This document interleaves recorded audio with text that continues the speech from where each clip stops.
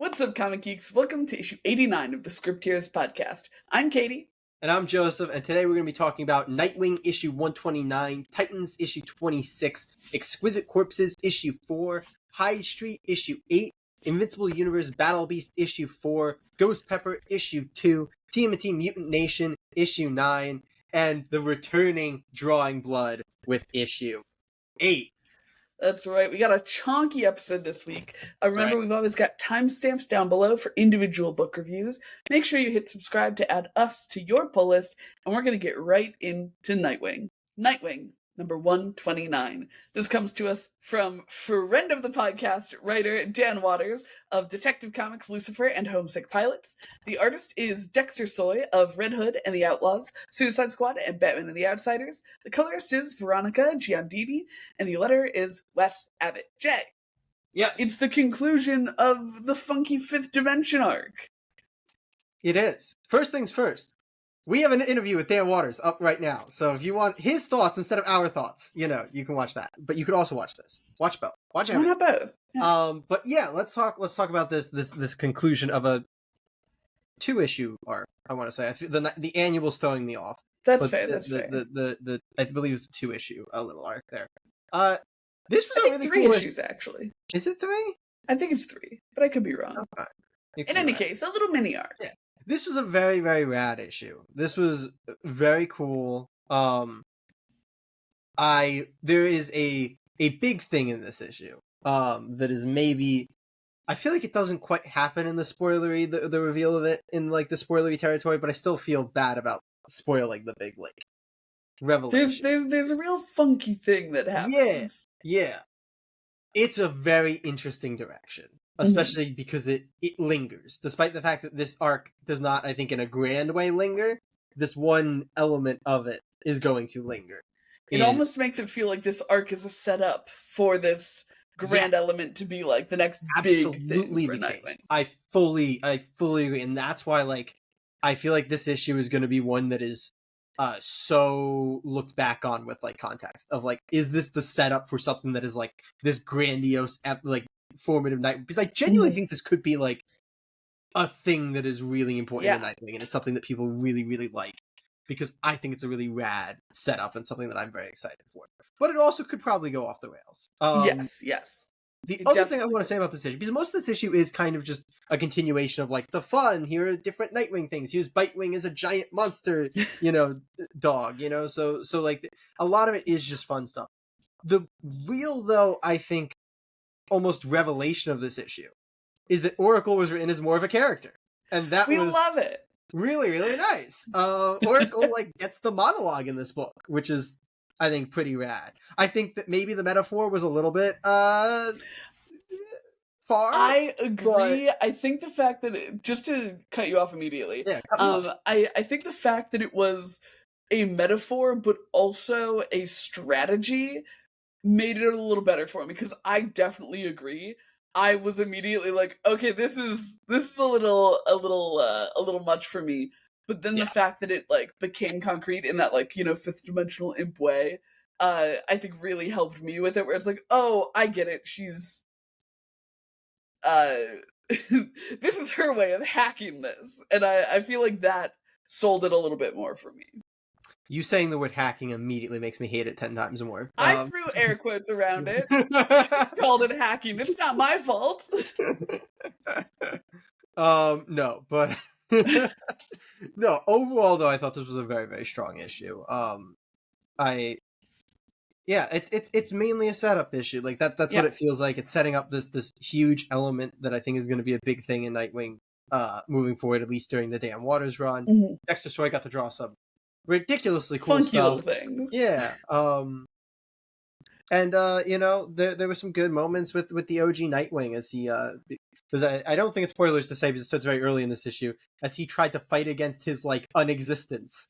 Which is the thing. Dick literally tells him to de-exist, and I'm like, oh no. That's like one of the things I love, things where it's like somebody who's not fully real, but like they clearly exist in the form that they exist. Because it's like, what do you do with that person? Yeah, as a good like person? They obviously don't want to cease existing.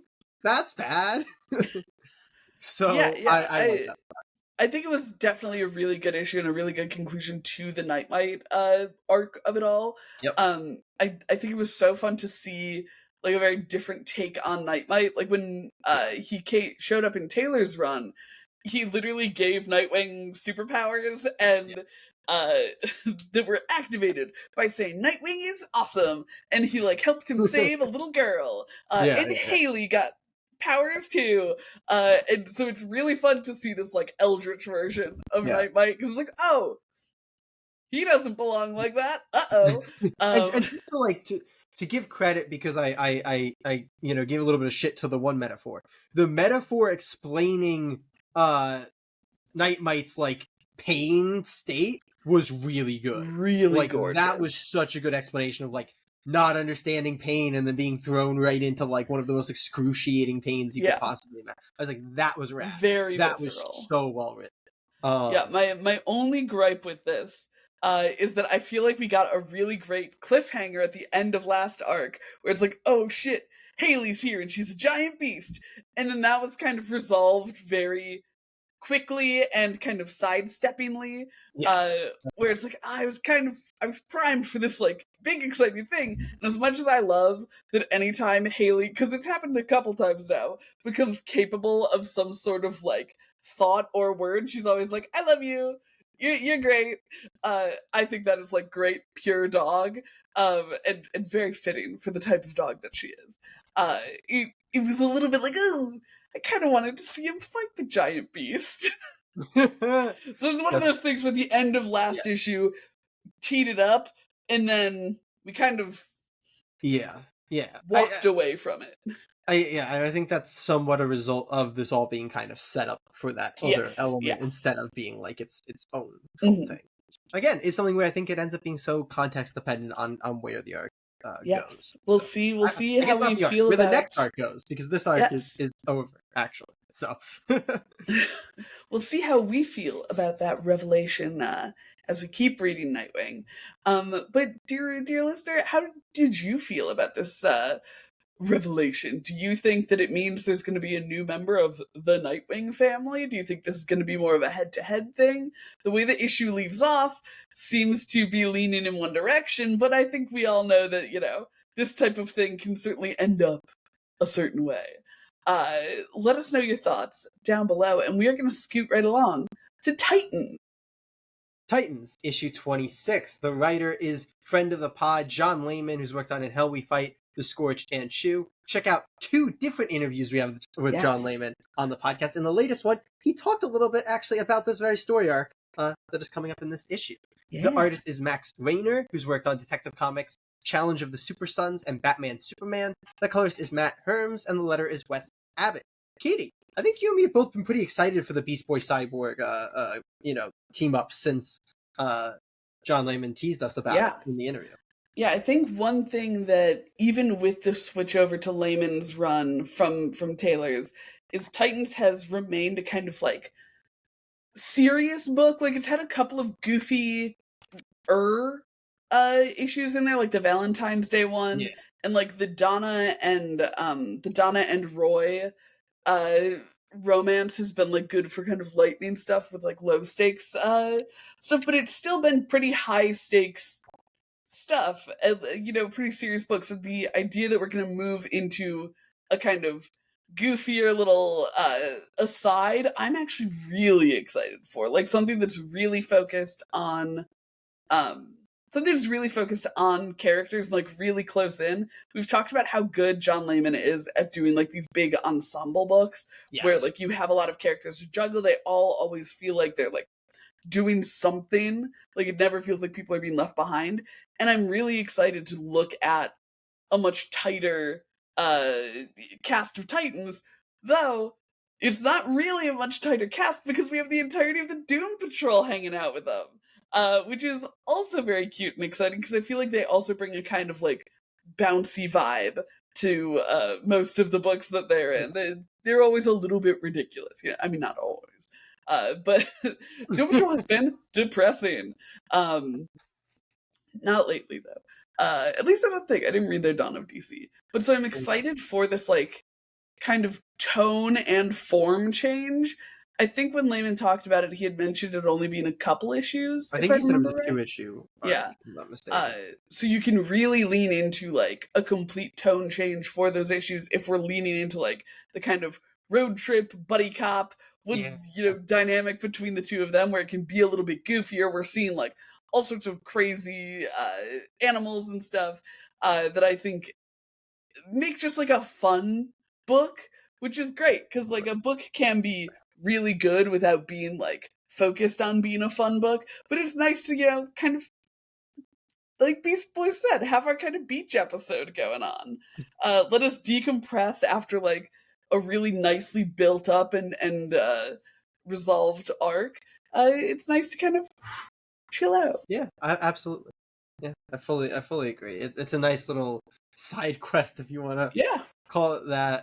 Especially as the seemingly, I guess, something important is going on in Green Arrow that they had to have Roy We stopped reading it. absent for this issue for. So the timing also seems like it works out on that, because Roy's been, I'd say, arguably probably the second most important character in Layman's Titans run. I personally, He gets a lot of attention.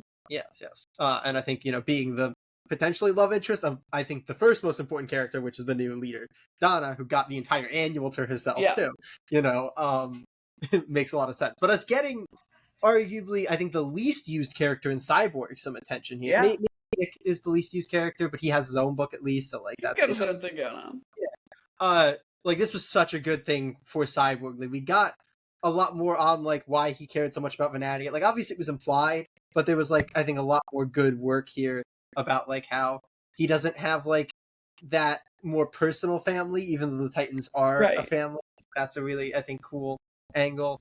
And pulling in the Doom Patrol is pretty fun. I have to say, I don't think I've ever heard of Beast Girl before. I don't know if you have. Me either. From what I get, it seems like maybe she was born from the Beast World Absolute Power. I don't know. There was some, like, the way that line was written made it sound like she existed before that, but didn't have Beast Boy powers until after that. So I wonder if that is one of the like monikers of. Did you watch the Doom Patrol TV show? I don't even know if it was the whole first season, but a decent amount of that was a hard show to binge. Like, it was. I'd watch like a couple episodes. I needed a break. It was a dense show. It was so good though. I enjoyed it so much. But there's the like kind of monkey person child. I wonder if that's her. Okay. I have no idea though. Yeah. Anyway, dear listeners, if you know, please let us know anything you know about Beast Girl. And let us know your favorite member of the Doom Patrol down below. Yeah. I don't know. Do you have any other thoughts? I feel like it was a pretty simple. I like the fill-in artist quite a bit. I feel like it also fits the kind of goofier tone. With those like big monsters, they felt very up his alley. Big monsters, also big expressions and stuff. Like, it's a very big emotion book, in a way that I think really, really sells it. But we have more books to talk about. We're leaving DC. It's time to go talk about Exquisite Corpses. Exquisite Corpses number 4.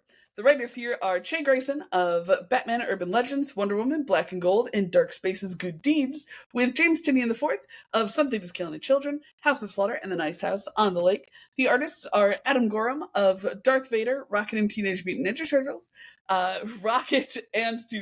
Turtles, with Michael Walsh of The Silver Coin, Secret Avengers, and Star Wars. The colorist is Jordi Belair, and the letter is Becca Carey J. Exquisite Corpses. We've been pretty high on this book thus far. Yes. We had a little bit of a dip in issue 2 to kick up a little bit more in issue 3 again. And before I get to the well-deserved praise of Exquisite Corpses, what the hell are they doing a whole issue without the family for? With the families. I have a theory on this, because I thought the same thing. I think it's because Lady Carolina is supposed to like be the stand-in for them. Like, she is technically a member of one of the families, and she's so focused on a cool room where they all watch. That's the best stuff in the book. I agree, and the reason that I have an answer ready is because I had already thought about the same thing. So don't do that. Don't stop doing that. That stuff's great. It should be in the book. That being said, maybe because of the extra space, I do think we get the best slasher fight in the book. So, I don't know if calling them slashers is really the correct term, but Yeah. what do they actually call them? You talk, I'll figure it out.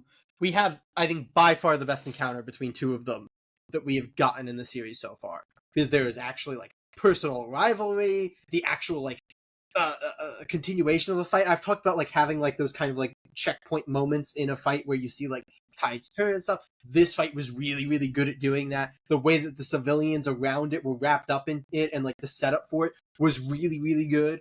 So, in terms of like big fight, I think this blew the other issues out of the water. Like the other issues had really good like setup and family stuff and character stuff, but a lot of the fights were kind of like basic and just like, okay, here, goes this slide down, this champion down, whatever you want to call it. This felt like one where I actually was going back and forth throughout it. I was like, wait a minute. Because when we first meet, I had in my head who was 100% winning. Because I was like, this character I think is much more important. And I'm not going to reveal what ends up happening or who ends up winning in the fight. But as the fight went on, like there kept being moments where I was like, wait, I might be wrong. Like I might be wrong about this one. And I was like, that was so good. Like actually getting into a fight to that level in a comic book is such a huge win. And it's one of my absolute favorite things in comics. So I gotta shout that out so hard. And I think it's a really cool thing with like creator-owned books or books where like nobody's precious, where it's like, oh, I really do feel the stakes of this. Like this isn't, Batman versus Especially a book that has literally a bracket where they are killing off people constantly. It's like they must die. it was so exciting.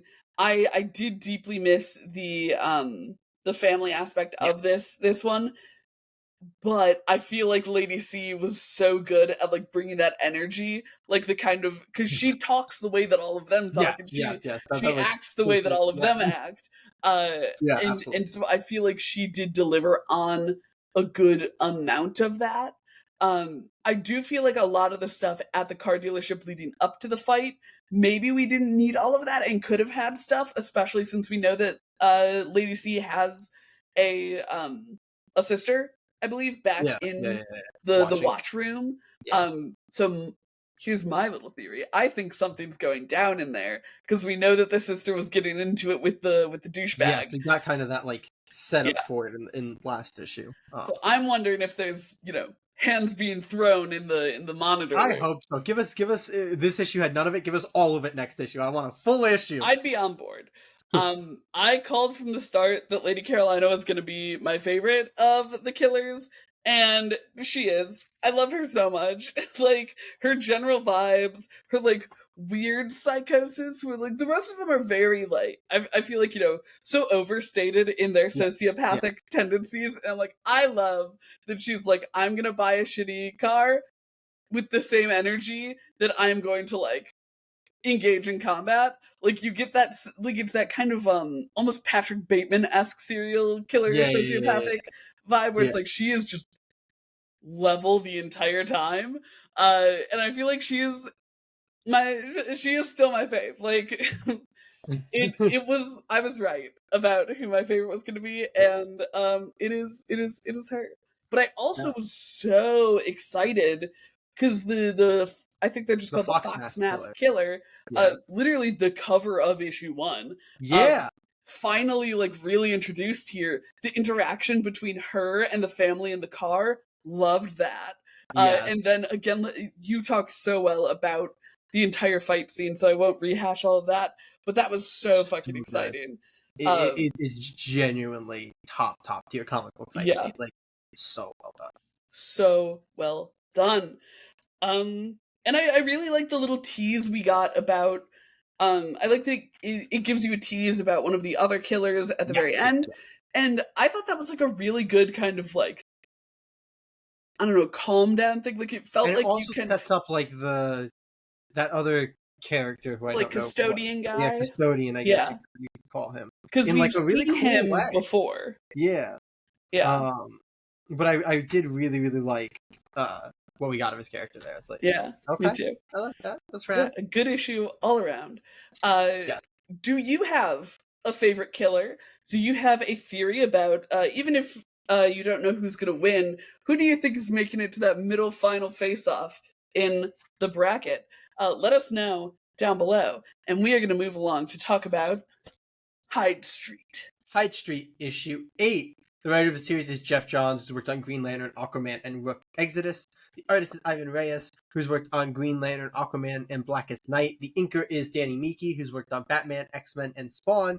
The colorist is Brad Anderson, and the letterer is Rob Lay. Katie. Huh. We have talked a lot about Hyde Street. We have disagreed a lot on various issues of Hyde Street, but you've wanted the main plot to kick off. And I'd argue that we're a bit more main plot territory now than we have been in previous issues. Yeah, yeah. I would tentatively agree with that. I loved the writing in this issue. Like, I feel like the characterization of Mr. X, of Pinky, of the bitchy nurses, yes. Even of the people that we don't really see as much, like the fortune teller from Sisterhood and Dr. Ego. I loved all of them on the page so much, and this is so beautifully written. The characterization is so great. I love all of the things happening on the page. I think that everything in this issue is so exciting and so fun. It does suffer still, in my opinion, from not having like a great it feels almost like a tangent to because like theoretically the main plot of this book is that Mr. X needs to acquire a certain number of souls so that he can leave Hyde Street. Just a few more, I think. Yeah. Like, isn't he like 2 away or something like that? Something like that. Yeah. So sort of the plot of the book is that he wants to do that, but more so it's so much more a book about just like showing off this world and these characters. And I think that I think the plot as it's going right now is like the setup is he needs 2 more souls. That in itself is not difficult. That's super easy to do. The issue is that Pranky is not allowing him to get the last. Right, he keeps getting in the way. Yeah, and so it's about him now trying to stop Pranky from getting in his way. For sure. I just think that it's a pretty loose plot. Like, it doesn't always feel like it doesn't really feel like the main motivator behind a lot of the action in the book, which I think I'm starting to come around on. Like, I think that especially as we're getting more and more auxiliary things from Hyde Street, I've kind of leaned into it in an almost in the way that I'll read like a Jeff Lemire book where I'm like, oh, we're just here for the vibes. Like, we're here for vibes, cool concepts, and that's the point of it. And I think this is something that I had said early on in the reviews, is like, I don't know where this book is going, and that's what's kind of frustrating to me. And I think that as we've gone on, it's become much more clear where it's going in terms of like what the book is trying to do, which is show off Ivan Reyes' sick fucking art as Jeff Johns gets to play in this like sandbox of supernatural evil entities. And frankly, I am at this point very happy to sit and watch them play in the sand. Like, it's just a good book. Like, it's a book that I think has really broken through to me at this point where I'm like, it's about the characters so much more than like it's basically a completely character book. There's not much plot happening. It's all character and setting. And it's like, we're gonna hang out here and you're gonna hang out with us. And at this point I've made myself comfy. It's a really good issue. I love the characterization. I love the big reveal we have at the very end because one, that feels like a super compelling, like, you know, small plot thread, or large plot thread rather, to follow. And two, it brings back an absolute fave. So I'm very excited to see what's going on with that. How'd you like issue 8? Yeah, I agree with a lot of what you said. I do think that this is a more a plot-based issue because it is directly Mr. X-Ray doing something to aid him to his, you know, major goal of getting sold. Like, he is trying to get Pranky to stop. Like, the whole thing is he makes a deal with Pranky that would stop Pranky from getting in his way, but then he actually can't go through with his end of the deal, and so he has to seek greater help, and the plot kind of happens so that he can then try to fulfill his end of the deal, and, you know, that will then help him to his goal. So I definitely think this is a much more, it's not our one-shots following, you know, different characters' origins. So I do think we're a bit more on the plot now. But, you know, you are correct, it's a very character-focused book, but I think that's because it's a very character-focused plot, you know, like, it is just it's Mr. so X-Ray personal. wanting to, like, you know, get out of here. That's not like some grand, you know, oh, he has to defeat this, dragon. I don't know, whatever. Like, there's no grand, like, quest, type of plot line. So it is this, like, very character focused book. But I think you really nailed a lot of it. Jeff Johns was, like, in his bag, I think, dialogue wise in this issue. Like, it was really, really strong dialogue. Ivan Reyes is always drawing just some of the raddest, creepy, So good. unsettling stuff you can imagine in this book. And it's just great to look at. But yeah, I think it's a fun read. It's definitely an incredibly like slow book in terms of major movement when it comes to like any sort of plot threads or anything, which I absolutely think is a very valid issue if anybody has it with it. And honestly, I do sometimes, and I think that this issue was one where I was like, because we were focused on the main plot, I was also like, well, why is it so slow though? Which I think is mainly so that Ivan Reyes can draw everything in such cool, excruciating detail. Which, you know what? Fine. It's a worthy trade-off. It's a worthy trade-off. Worth it. At the end of the day. Yeah, I thought this was a very good issue as well. Yeah. Do you have a favorite denizen of Hyde Street? And is that the same one that you would most like to be murdered by? Let us know down below. And we are going to move right along to Battle Beast. Speaking of murder, Invincible Universe Battle Beast number 4. The writer here is Robert Kirkman of Invincible, The Walking Dead, and Void Rivals. The artist is Ryan Otley of Invincible, Hulk, and Spider-Man. The colorist is Annalisa Leone, and the letterer is Russ Wooten. Now, Jay, you've been taking me on a journey in the world of Invincible. We've been reading through Invincible. That's in right. our most recent episode, in doing so, we officially met Battle Beast. Very excited. I know that guy. That we did. So check that out. Description. Yes. And he made quite the impact right away. And part of that is because of how good his book here has been for us reading through it. How does issue 4 measure up? I quite like this. I really like the old hag. Oh my god, me too. I love the entire interaction with the hag. I love because I think it kind of adds complexity to the arc that Battle Beast is gonna go on in this series, that like when he does kind of stop here to help somebody, it does kind of immediately backfire on him, which is like, which I feel like has happened to him multiple times. Like he keeps doing things that the prince says and they always go wrong. That's very true. So I feel like that adds some complexity, but then he does, not to spoil anything, but there is like kind of a wrinkle to that actually kind of also maybe pulls the other way. So I feel like it adds like complexity to like Battle Beast deciding how he wants to interact with other, people. Other non super powerful people. Because, non-combatants. Yeah, non-combatants. Because if you are a potential combatant, Battle Beast is going to combat you. And you will be combated. You will be combated and you will probably be dead. But yeah, I really like kind of what that does to his potential character arc. And I just really loved the interaction with the hag in her home as they as both I can't think of the prince's name besides Prince, but as the prince and Battle Beast. Salaka. Yeah, as they all kind of danced around the interactions, the prince obviously trying to like talk them out of it, doing his thing, and Battle Beast is just like, you're gonna die and I'm gonna eat you.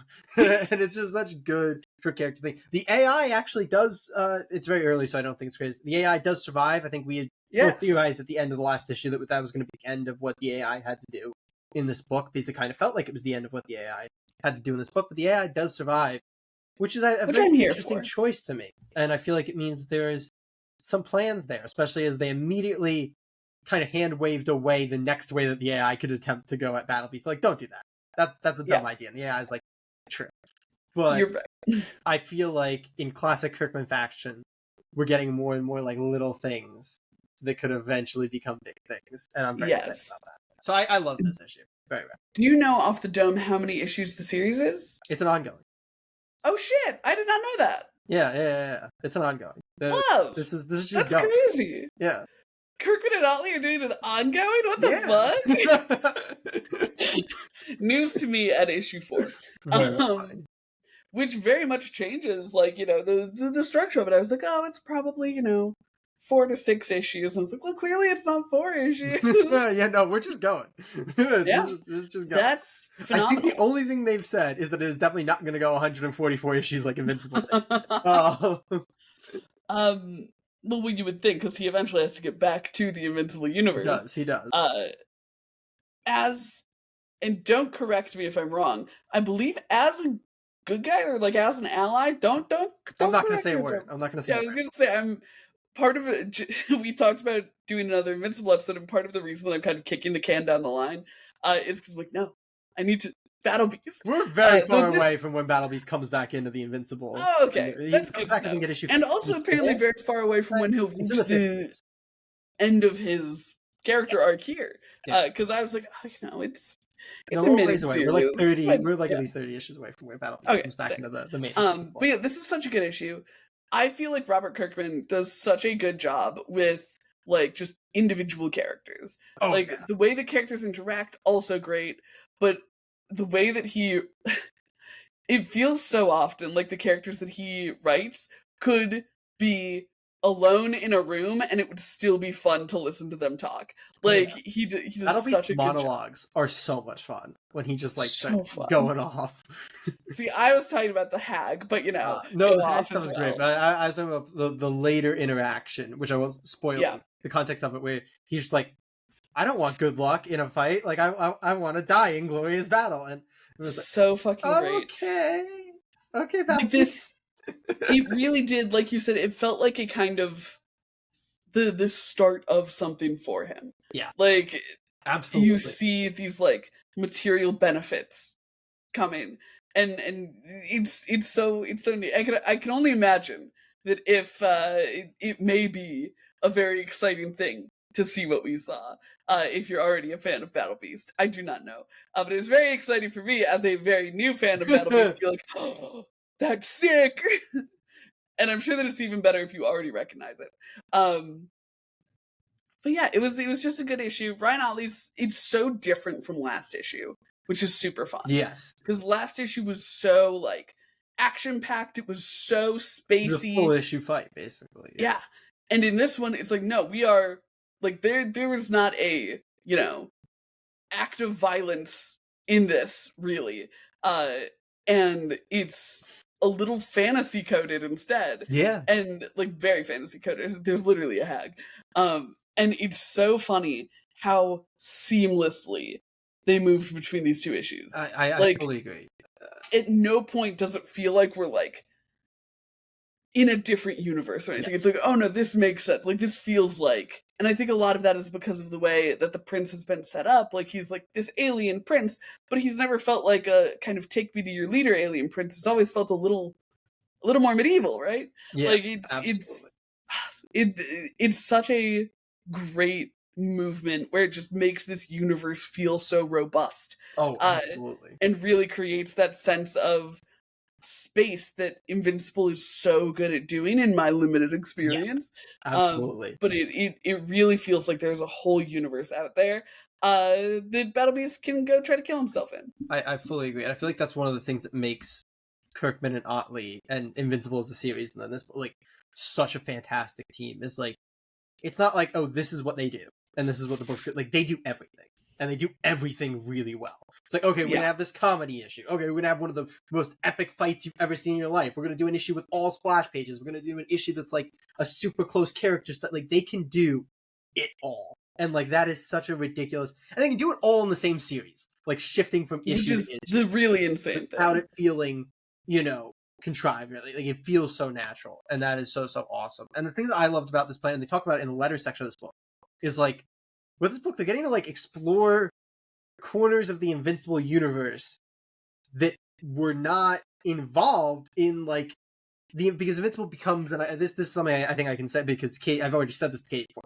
It still turns into a sci-fi book at a point in the book. It really kind of stops being a more traditional superhero book and it turns into a more full-blooded sci-fi book. And for a book that was heavily sci-fi and like the universe mattered a lot and intergalactic stuff mattered a lot, like going to corners of that weren't involved in like the big Invincible galactic storyline is pretty cool. It's like, oh no, there are like these planets over here that were not involved in that, and I'm like, there's still rocks that are unturned. Yeah, that's really rad. I like that a lot. So yeah, Very, very good issue.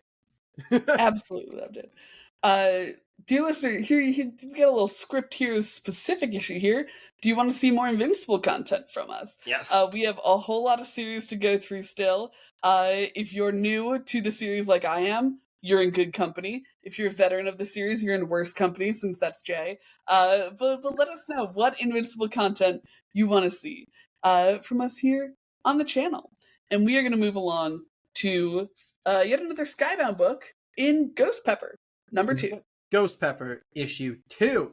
The writer, artist, letterer is Ludo Lullaby of World of Warcraft, Battle Chasers, and Transformers, and the colorist is Adriano Lucas. Katie, talk to me here. Yeah, so we get so much world in this issue of Ghost Pepper. In the first issue, we were really treated to like the aesthetics of the world. Yeah. But in this issue, we get like the actual concrete history of it, as told by Leloy. And it's pretty fucking fun. Like I think that it feels like such good groundwork for the story to come. Like the concept of this like great creature that just by being alive is dooming the world, I think is already rife for storytelling, because it brings up the concept of like, well, you know, if it's just that it's being alive and that is bad, like, you know, are you more entitled to life than this being? And that whole, you know, can of worms. And then also with the like, I don't think it's a spoiler. I think that it's pretty if maybe it's not the big on. Ash thing, then I think that's a spoiler. Actually, yeah, it's much later no, on than that. Yeah, I think it's just that it wasn't necessarily a surprise.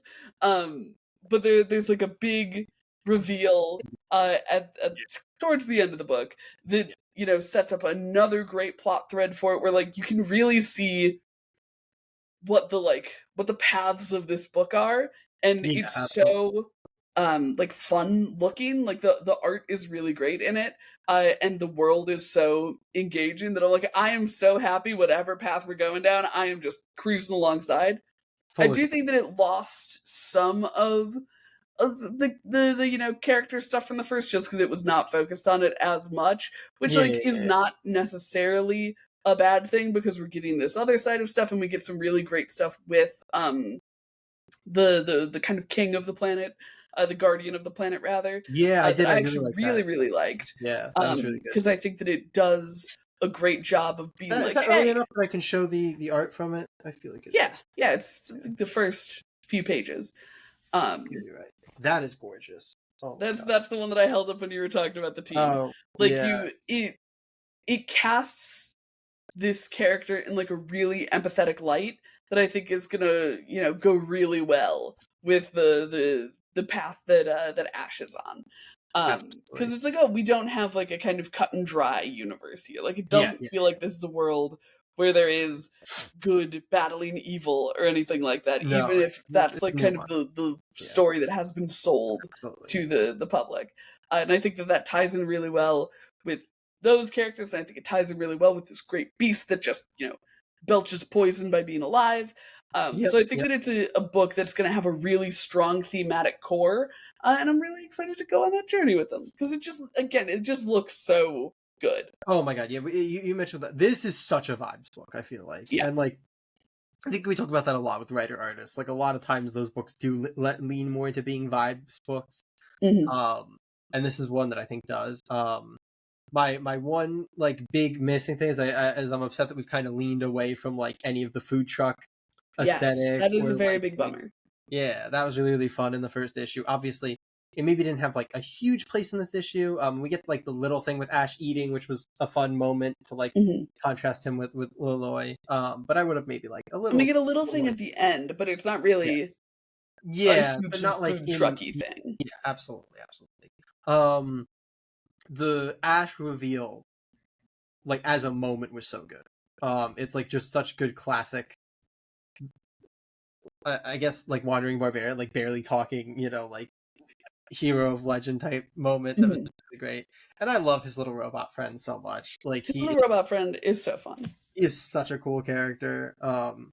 And I think it's such so a much good contrast he to does. Ash's like sullen, silent character. But I also love that he's just like, because this whole conversation, and Ash ends up revealing the thing that he does.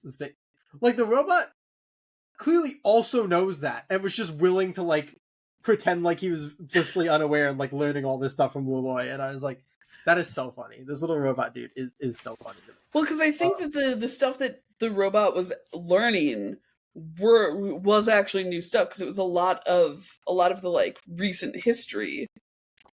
Well, yeah, but there was also the big thing in there, and like That is very fair. and the fact that the robot just goes like, "Wow, impressive," before Ash is like, "No, that's not what happened." Yeah, that's so fair. That's so like, fair. I find that so funny. The little robot dude's like, "I'm not gonna crush her. Fun story. That's fine." And you know what? I like that. That's loyalty from a robot. That's a robot that's keeping your secrets. I love the little robot dude. He's awesome. But yeah, this is a very fun book. It's a very good vibesy book. Yeah, it's a good time, and I hope the food truck aesthetic comes back a lot because I think that's one of the really cool things. But yeah, it felt like one of the like kind of neat selling points of the book. Absolutely, I fully agree. But dear listeners, do you like when a book has a gimmick like that? Like, oh, this is this and food trucks, or this and some other wacky spin. Or are you more of a fan of like, okay, don't shoehorn that type of thing in. Sell me put what's on the tin in the fucking can. And maybe we'll be getting more of that, which would be great. Put it in the can! Put it in the can, man! But we have just 2 more books to talk about. We do. We're going to move right along to Drawing Blood. Drawing Blood number 8 is coming to us from writers Kevin Eastman of TMNT and David Avallone of Betty Page and Elvira. The artists are yet again Kevin Eastman of TMNT. We have Ben Bishop on the pencils. He's worked on Last Ronin and The Far Side of the Moon.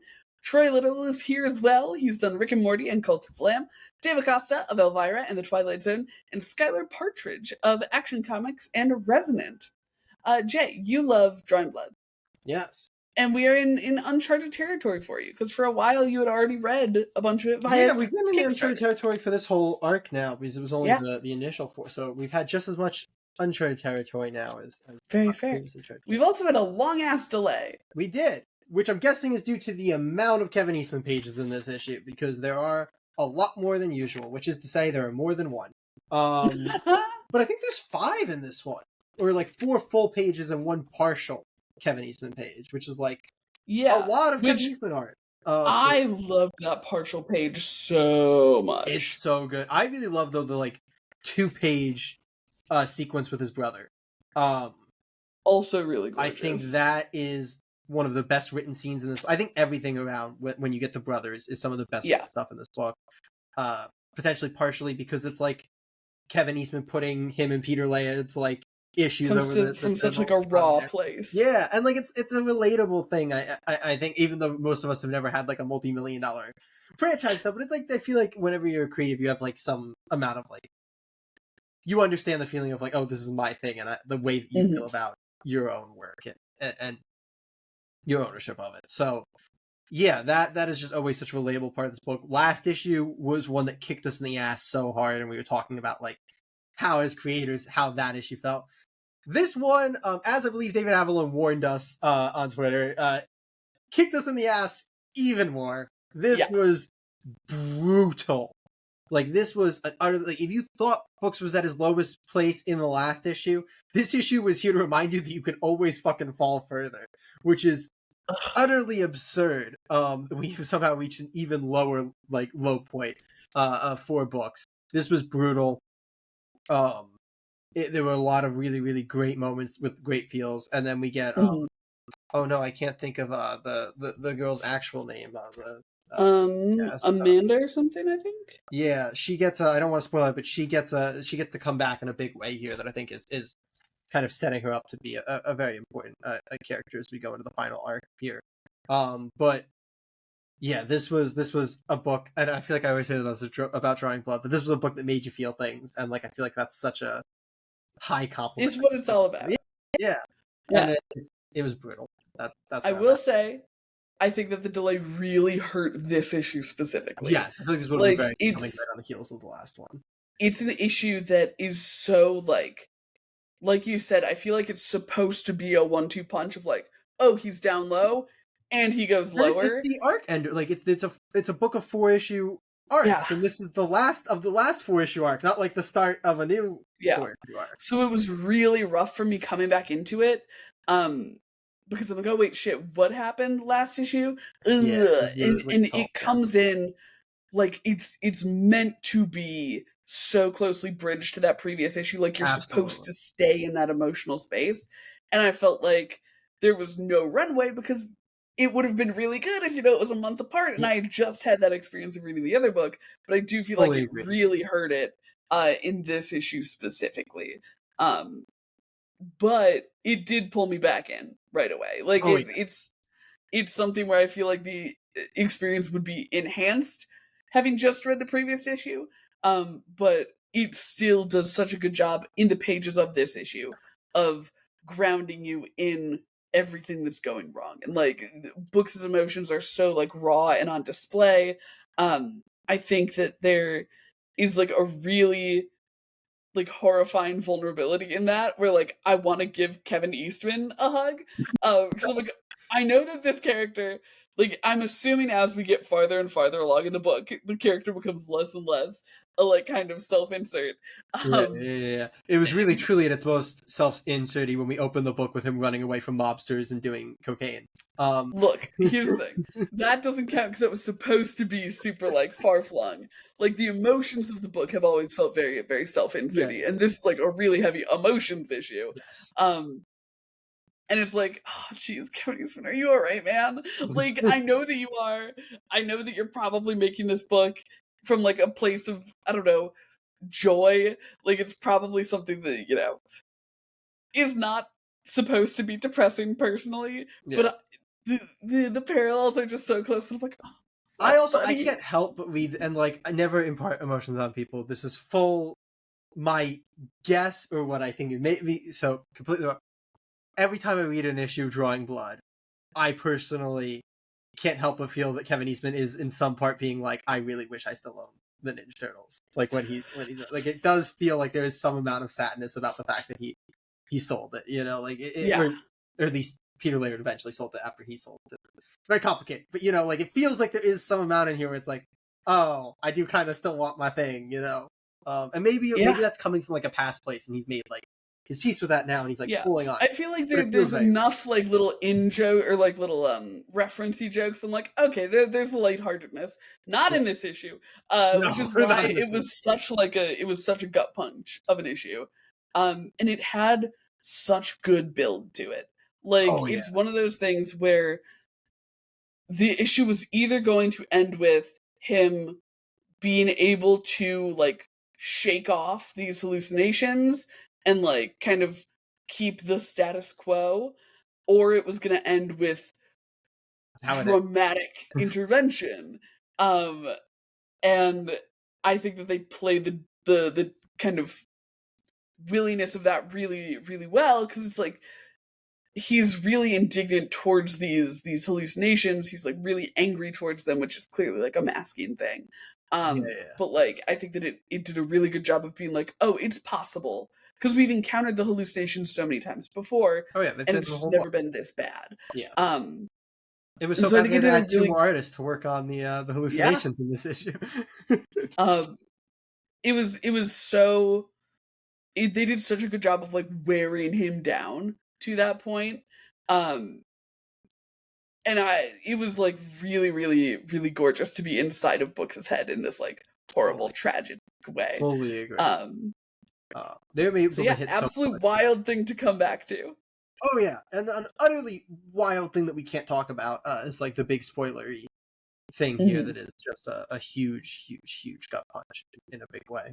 But yeah, Drawing Blood's still good, very good. I wish it didn't have the delay, but it's a very good book made by very, very talented creators. And the list of them is just getting longer and longer as this book goes on, which is phenomenal. But yeah, Drawing Blood, Awesome. Dear readers, have you read Drawing Blood? Were you one of the early folks? And do you have a connection to TMNT? Because I think that those are all kind of factors that coalesce in how you experience Yeah, this book in a really, really fun and interesting way. I fully agree. But speaking of TMNT, we have one book left, and it is the final issue of Mutant Nation. Mutant Nation, issue 9. The series is finally coming to an end, and we have 2 stories. The first written by Declan Shalvey, who's worked on Thundercats, The Terminator, and Old Dog. It is illustrated by Drew Moss, who's worked on Thundercats, Vampirella/Red Sonja, and Gargoyles Dark Ages. Story 2 is written by the team of Andy Curry. This is his first real writing credit, but he is the senior editor currently of Teenage Mutant Ninja Turtles. And Dave Welgost, who's worked on Man-Bat and The Flash, Fastest Man Alive. This story is illustrated by Victor Kafagi, who's worked on DC's Legion of Bloom. The colorist on solely story 1 is Rhonda Pattinson, and the letter is Brian Kolek. Katie, we've quite enjoyed going in different sectors of the TMNT universe with Mutant Nation. This book doesn't actually super do that. We follow the Turtles in the first story, and then the second story is very much like an overview of what's going on in the Turtles world right now. So yeah, I'm gonna touch the second story just real quick. Yeah. I like that it like revisited everyone who we had visited before. I think that was a cute idea. I didn't love the execution of it. Yeah.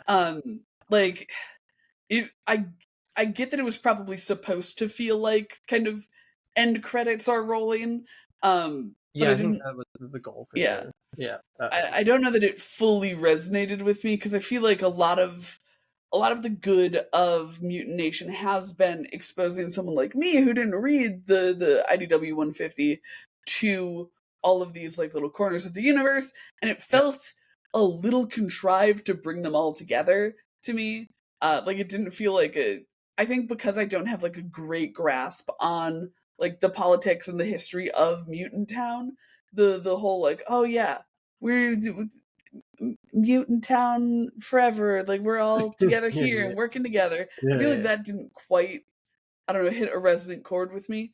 I liked the art a lot though. I love like a really soft art style. And I think that it did give it a really kind of like emotional feeling. Like it did feel like saying goodbye to Mutant Nation. Which I do think was a really, I think a good bookend way to end off the series. It feels like, especially because I think there was somewhat of it feels to me like issue 8 was probably the end of like what they were doing with Mutant Nation, and then they're like, we'll do a final issue. Yeah. You know? A kind of saying goodbye thing. But looking at the first story, the one with the brothers, first time Mutant Nation, didn't love it. Yeah. I really didn't love it. I think that it is rough that it's set before the most recent issue of TMNT, and it doesn't like maybe it's setting stuff up before that with like these who are the ghosts? Sorry, the Dog Star Clan or the which one? The something ghosts or something. Oh, like the these people. Yeah, do they? Oh, are they not like normal turtle people? No, not. I mean, maybe they've appeared in like an iteration. I'm not super familiar with the Dog Star Clan. Is actually the people who are have been relevant before. Okay, which is very funny to me because I got the exact opposite impression. Yeah, they're the people that I keep telling you to read. That's from your favorite creative team, the Karai centric book. The Karai one with Casey. Yeah, they're her rivals in the the other claims of the Foot Clan. Okay, I dig it because I liked them quite a bit. I think that makes sense. Because I think that they felt a lot more realized on the page. Whereas the Ghost Boys, I was like, I'm not like feeling it right now. I feel like it was kind of a low energy issue until we got to like the fight set piece. So I think that it wasn't what I come to Mutant Nation for, you know? Yes, I'd agree with that. It wasn't this like, oh, let's travel to this corner of the universe. Let's go to the. It was, here's a story with the characters that you're already following in the main book, which is, debatable. And then it's I didn't mind the here's where everybody is, because I feel like, especially with Mutant Nation ending and the idea of like we're not gonna get to keep touching on these characters. I feel like the idea of saying, let's show you where they are all ending, so you know where they will be if the main book's gonna pull on them, For or sure. like if they're gonna get any auxiliary material. I think that makes a lot of sense, actually. So I am fully understanding of that. I thought it was kind of fun to like pull on all those corners, because again, we're not going to get this book monthly anymore. Yeah. So you're not going to be so it was nice to be like, here, get your shots of them.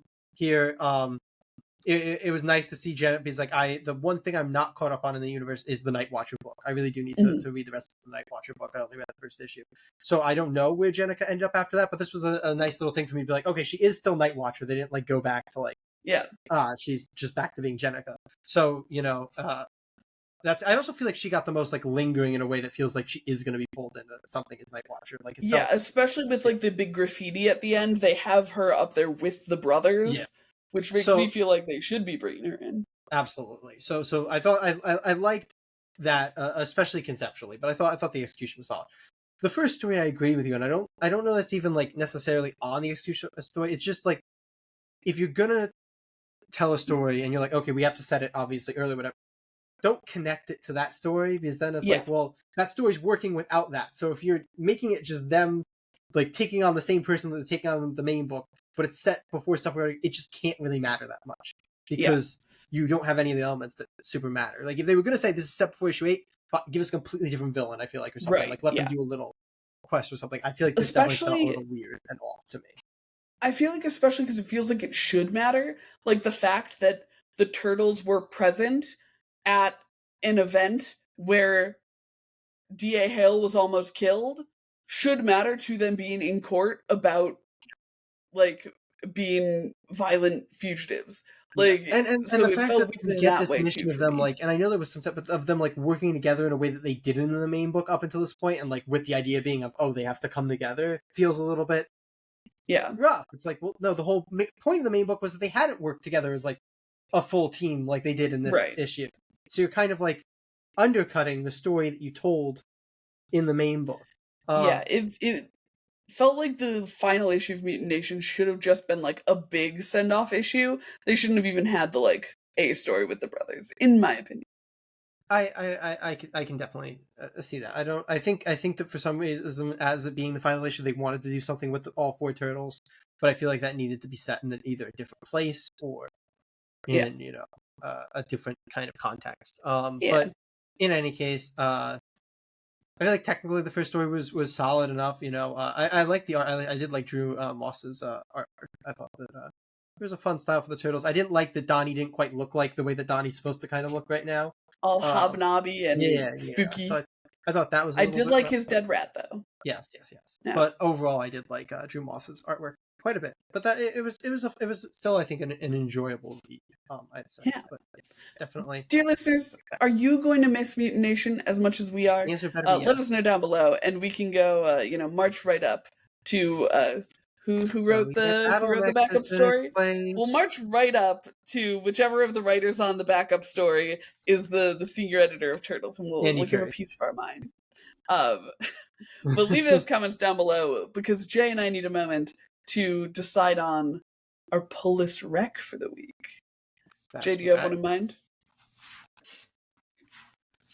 Because I am a little bit torn. I'm torn. Okay, really then I'll make a decision. Yeah, I'll make a hot decision right now. I'm giving my pull list rec for the week to Exquisite Corpses number 4. Nice. Yeah, I feel like the combat in this one was so good. I loved the characterization for every person that was on the page. Super duper fun read. And continues to be just like a really unique book, which definitely gets to points as well. Alright, well, I'm glad that I've at least narrowed it from 3 to 2 for you. You have. This is a very tough decision. It was a real good week. He's agonizing. I'm giving it the Drawing Blood. It was tough, but yeah, it's. I feel like the fact that it was so heavily delayed and I still loved it so much, and like you said, it kind of has to like pull you back. Like it is that thing where you read the first couple pages and you're like, oh yeah, I kind of wish that, and then like they get you, and you're like, oh my god, this is just so good that it doesn't even like. It's not that it doesn't matter, because it does matter, but it's not enough to detract from how good the book Right. is. Yeah. That they've had such a big delay. It is so good. It is something that I feel like if you have ever even like stepped a toe into don't dip the toe, that's the saying, into creating comics, it's going to connect with you on like such a huge level. So yeah, I'm going to give my recommendation to Drawing Blood 8. Katie's is to Exquisite Corpses 4, so make sure that you pick up both of those books. And as always, if anything else sounded interesting to you, you should pick that up as well. And you can also let us know. Yeah, exactly. The one that I couldn't. Yeah. Honorary pull list Yeah, recommend for Battle honorary Beast. pull list rec. And yeah, if there's anything you want us to pull, as always, we're always looking for more books to talk about. And if you are excited to hear our thoughts on one, you can let us know in the comment section down below. But Katie, Yeah. let the people know the monstrous list of books we're going to be talking about next week. Yes, next weekend we'll be having our regularly scheduled content here, the full pull list, and it's a hefty one this coming week. We are going to be starting Immortal Batman #1. We're going to be reading Beneath the Trees, Where Nobody Sees, Rite of Spring #2. It's Ultimate Spider-Man month, or week rather, so that's Ultimate Spider-Man #20. Void Rivals #22. We're Taking Everyone Down With Us #5. Minor Arcana #10. Speed Racer #2. And then doubling up on Friends of the Pod, we've got TMNT Shredder #1, written by Dan Waters. Be sure to check out that interview. And Red Vector #1 from Tim Daniel and DB Andre. We have a couple interviews with DB that you can check out, and one with both of them about Morningstar. So go ahead and check those out while you're at it. Absolutely. But Jay, what has been posted as of Yes, recently? our Dan Waters video went up this past weekend, and you guys have seemingly loved that. So thank you so much for all the support on that video. It was awesome to see. But if you are one of the few people who watch our channel who has somehow not already watched that video, go watch it. We are giving away the first trade paperback of Dan Waters' Nightwing Run. So as long as you go to that video, you subscribe to the channel, and you leave a comment on that video, you will be entered in for a pretty good chance, because we're not a huge channel with a ton of comments, a pretty good chance of winning this trade paperback. You should check that out, and you can enter our other giveaway. Let them know, Katie. For Absolute Batman #1, a first printing, picked up from my local comic shop the first day that it came out. So truly a relic of the start of a brand new era. And that is going to be tied to our Absolute Universe Month 10 video. So make sure you check that one out as well. And you can get bonus entries for that across all the other Absolute Universe videos. That's right. But if none of that, tickles your fancy, we have The Strange Saturday emerging. Yes. And it's Katie's choice this month. It is Katie's choice. And I am dipping back into my tried and true, who's weird, Jeff Lemire bowl. So this is going to be Jeff Lemire writing and Tyler Cook on the art. It is Colonel Weird Cosmagog. This is from the Black Hammer universe, which neither Jay nor I have ever touched. But I was so enchanted by the covers of it, I started reading, and I immediately said, "This will be good for our strange book club." So get excited. We're going to be reading that. Keep an eye out for that video coming. And of course, everything else on the channel. And as always, we'll see you next week. Comic Geeks!